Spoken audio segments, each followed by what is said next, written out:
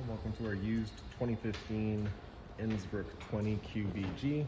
Starting right in the back bumper here, if you just kind of unscrew the screw there, pull it right on out. You'll be able to then pull this plug out of there. Inside of the back bumper, you'll then find your sewer hose. Take note of those two ears in the adapter here. It's how I'll be hooking it up to your sewer system. And the hose itself, once fully extended, is about 20 feet long. Just keeping it stored in the back bumper here, just to help keep any sort of stench out of the unit, keep things that bit fresher. Cap just presses back into place, and that screw there just to kind of prevent it from flying out. Right around the corner here, you're going to find your stabilizer jack. What it does is just run down, contact the ground, give it another turn or so, and that'll just firm it up, get rid of any sort of sway that you see you got in the unit right now. Right up from there, you get your storage compartment. So as you flip that open, you get that little thumb latch on the side there, holds it open for you. You can see straight through to the other side. Also, if you're looking to winterize the unit yourself once it comes time, your water pump is just off to the left there. Beside that, we get your freshwater inlet. So you're just going to take that cap and kind of unscrew it from there. Your water hose will then plug into there, turn on the water. That fills up your freshwater tank. The drain for that tank, we're going to find right underneath the unit. So you can see you get that little valve right there. So with it pointed towards the back, that would it be draining. Kind of point it towards out or the front, and that'll close it off. Up from there, you get a cable and satellite inlet. Coax cable plug into there, fires up at your TV location. Beside that, we get your hot water tank. So you're just going to line that key up, and then you can pop it on open. All your controls for turning this guy on are just inside of the unit. Before we ever turn it on though, we just want to hit this relief valve right there, make sure the bit of water comes out. A bit of water coming out of there is just letting you know this tank is full, it's safe to fire it up, and you're not going to burn anything up by doing so. We do currently have the unit winterized, so you can see you've got the anode rod out of there and the tank drained out. If you're looking to turn it on with electricity, it's just that little switch down in the bottom corner there. You just turn that on, fires it up with electricity. Right in front of there, we got the vent for your fridge, so nothing really back there for you to worry about, pretty much just for service. Down underneath that, you're going to find your power cord. It's basically just pop that open, you can slide it on out of there, and you're going to find a standard 30 amp end on it. Most campsites will have that. You can just plug straight on in and you're good to go. We'd also provide you with a 15 amp adapter, so if you're looking to plug into your standard household outlet, you got the power to do so. Towards the front here, you get your city water inlet, so water hose to plug into here, turn on the water, and they'll pressurize the water lines throughout the unit. Down underneath that, we got your sewer system. So that cap there, if you just kind of press on it and turn it out of place, you'll find these same two ears on it that your sewer hose had. Your sewer hose will then attach the same way, where you're just pressing it on, giving it the turn until it clicks in. On the left, you get a black valve. Black valve is going to be controlling your black tank. Black tank gets filled from your toilets. It's of course going to be your dirtiest water, so you'll dump that first. Once that's done, you can then come to the gray. Gray tank's going to be filled from your sinks as well as your showers. Typically cleaner water, will dump that last to help keep that sewer hose as clean as possible. Towards the front, you're going to find this front storage compartment. So inside here, you'll find your water hose. In that water hose, you'll find that park adapter. So your 30 amp cord into there, 15 to a standard outlet. It does see straight through to the other side. Around front of the unit, you got a little service light there so you can see what you're doing. Inside of that box there, you're going to find your battery. As long as you're plugged into that short cord in the back or your 7-pin into your tow vehicle, that battery is charging for you. Underneath this cover, you'll find your propane tanks. So right in the back here, you can see a changeover is currently pointing over here. So we're running off of this tank. We'll just open that up. And then we'll be running off of that tank. So if things were to stop working, or if that indicator there were to go red, it's just letting you know there's no longer any propane in the system. You'll flip the changeover over to this tank and run off of that one while you get the other one filled. In front, you get a standard tongue jack, so one way's up, other way's down. Other end of your storage compartments here. Inside of here, you're also going to find a light, so it's just right up on the wall. It's just got its own switch right there. And a couple of manual jacks. Those are just for running all of your stabilizers.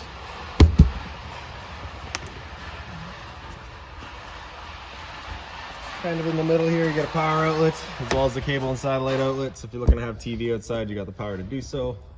Up from there, you'll find this little vent right here. So you just got those two little flaps there. You're going to open those up, allow this flap to open up.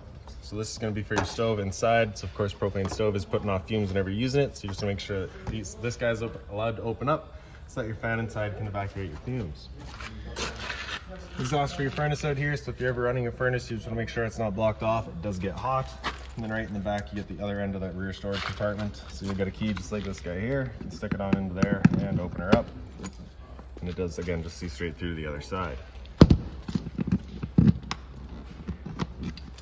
In the back of the unit, you'll find your spare tire. And so now we'll make our way inside.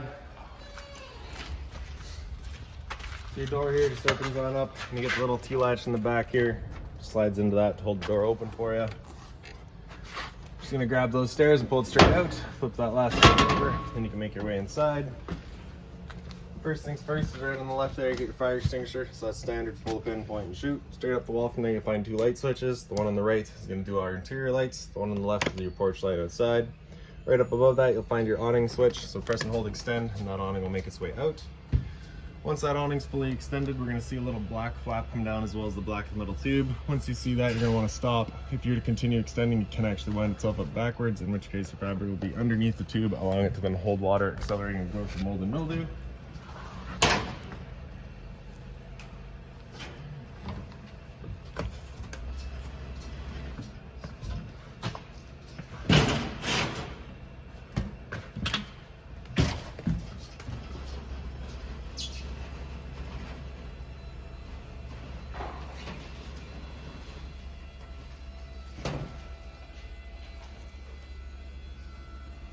So there's our flap and there's the tube, so we'll stop right there. Now if it were to start raining, it's of course going to hold some water anyways. What you can do is grab either arm, front or rear. You're going to pull straight down on it. You can see the pitch of the awning of the head down then changes, allowing water to then run off. Before you bring it back in though, you're going to make sure those arms are back out straight and fully extended, just so you're not running the risk of bending them. Then we can press and hold the track, the awning will make its way back in. Again, you're just going to watch to make sure your fabric is over top of the tube.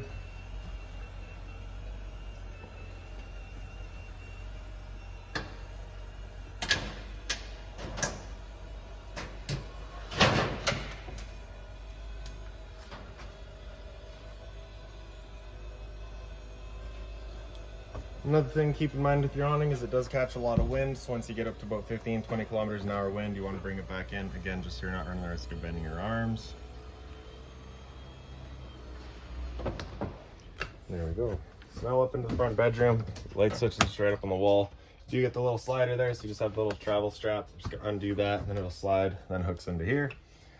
In the bedroom, you get your closet space to either side. Also, if you pick up the foot of your bed, you do get access to the storage compartments. In the head of the bed, there's just the one light there, open storage across the top. Roof vent right up here as well. You just turn in that knob to open it up. Same sort of open storage over here. Blinds are just on a tension system, so they just kind of sit wherever you leave them. Then you get the TV here as well. It is on a mount, so it just kind of moves around wherever you like it. Emergency exit, you're pulling that red tab to get rid of the screen, take this handle here, throw it outside, and hop on out. Around the wall, you're going to find your monitor panel up top. So in the bottom, or sorry, in the top right corner, you get your water pump switch. Turn that on, turns on your water pump to pressurize your lines. Down underneath that, you get your monitor system. So battery on the left there, so you can see we're currently C for charging. G would be good, F is fair, L is low. Your fresh tank, as you fill that up, will go to 1/3, 2/3, and full. Same idea for your black and your gray. Down underneath that, it's your furnace control. So with that slider all the way over to the left, that's it turned off. All the way over to the right's max heat. Anywhere in the middle is temp selection. So it'll get your furnace going. Furnace will be moving its air through all your floor registers there. Once you're done, just slide it all the way back over to the left until it clicks. And that's it then turned off. Into the bathroom. The light switch again, just right on the right there. Toilet flips on open, flusher on the right side. A little bit of closet space behind it. Medicine cabinet opens up and you get your little bit of storage in there as well. Down underneath it, you get your geofire protected outlets. Test on the right, reset on the left. Hot and cold water at the sink, of course, as well as a little bit of storage down below it. Just be mindful of your drains and your water lines. Showers all standard head and hose. Above my head's the roof vent. Turn that knob to open it up. Back side, get the switch, turns on the fan. And then in the kitchen here, you do get a little light right above the sink, hot and cold water at the sink, as well as the dual basin covers. Do keep in mind these covers are just soft plastic, so nothing hot on them, please. Up above, you get your binder on the left there. It's got all of your owner's manuals in it, any remotes, anything like that, you'll find right in there. Hot water tank controllers are just right here. So you turn that switch on, you get that little red light there letting you know the ignition sequence will start. Once that sequence is started, that light will go out. It's going to try that 3 times. If after the 3rd try it hasn't fired up, that light's going to come on and stay on. At that point, you'll go and use that reset button that we've shown you. So stood right here, you can hear the click of the igniter and the whir of the flame. We know that tank is good. Some storage down underneath the sink. as well as some drawer space beside it. So that's just remotes for your TV up front there, as well as some extra lights, things that were left behind by the previous owner. Microwave up top here, pretty standard, just like home. Down underneath that, you get your range vent. So here's the light as well as a fan. That's that fan that you want turned on with that flap outside opened up. Then you can take your stove, turn it over to light, hit it with the sparker.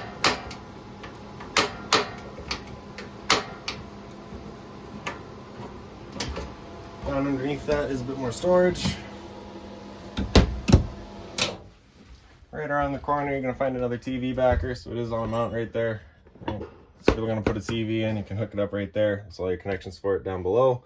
Cable and satellite, power, as well as 12-volt outlet. This is also your antenna outlet, so as you turn that button on, you get that little red light letting you know your antenna is then turned on. So stereo right there, pretty similar to what you'd find in like a older style single DIN 90s stereo. Down underneath, a little bit of storage space. And then in the back, it's just your kind of dinette. So you can see it is currently set up as the dinette. The table leg does have folding legs. Sorry, the table does have folding legs in it. It's basically just undoing that latch. You can fold the table legs then up and in. There's going to be a little ledge all the way around on the 3 sides that you can then sit the table down onto. Take the back cushions, fill in the middle, create a bed. Right behind me is a bit of pantry space. And if you're looking to winterize the unit yourself, 1, 2, 3, 4 screws, that panel gets out of the way. It gives you access to your hot water tank for bypasses. Fridge is right beside it. It's the power button on the left there turns it on. On the right side there with the button in, it's going to be running an auto. Auto's first looking for AC power. If AC power is taken away, it automatically flips over to gas.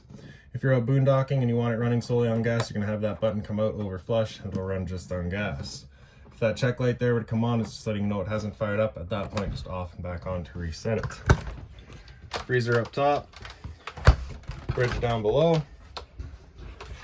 Down underneath that's your converter. Press the top and center and it pops on open. All of your breakers in the middle there. Whenever a breaker breaks, it sits in the center, so just turn it off and then back on to reset it. And then on the right side is all of your fuses. Kind of right around the corner from there is your LP detector. Propane's everything right, sits on the floor. That guy detects it and starts going off just like a smoke detector would. Smoke detector is right above our heads here. And then lastly is going to be your air conditioner. So you got basically your fan speed controls. You get your low, medium, and high. Okay. So that black side is just fan. Once you get into the right side, you get your cooling. So that's where the compressor will actually turn on. You get high, medium, and low again. Optional heat is not hooked up, so that's not going to work. And then you get your little louvers here, so you can just kind of close and open everything just based on where you want your air being shot. So that's about it. If you've got any other questions on the unit, please feel free to give us a call, 204-237-7272.